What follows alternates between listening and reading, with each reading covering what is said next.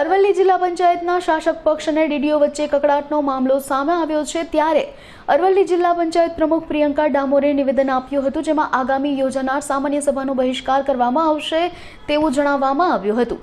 તેમજ ડીડીઓ મનસ્વી વર્તન કરતા હોવાના આક્ષેપો પ્રિયંકા ડામોર દ્વારા કરવામાં આવ્યા હતા. આ ઉપરાંત જિલ્લા પંચાયત પ્રમુખ, ઉપપ્રમુખ, સમિતિના ચેરમેનો અને સદસ્યો બેઠકોનો બહિષ્કાર કરશે તેવું જણાવવામાં આવ્યું હતું.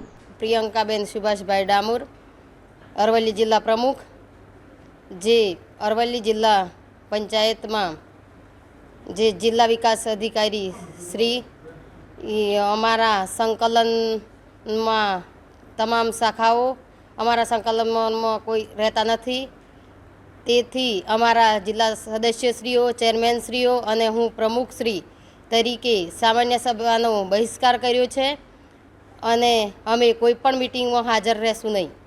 આગામી કોઈ પણ જિલ્લા પંચાયતનો સરકારી કાર્યક્રમ થશે તો અમે હાજરી આપશું નહીં.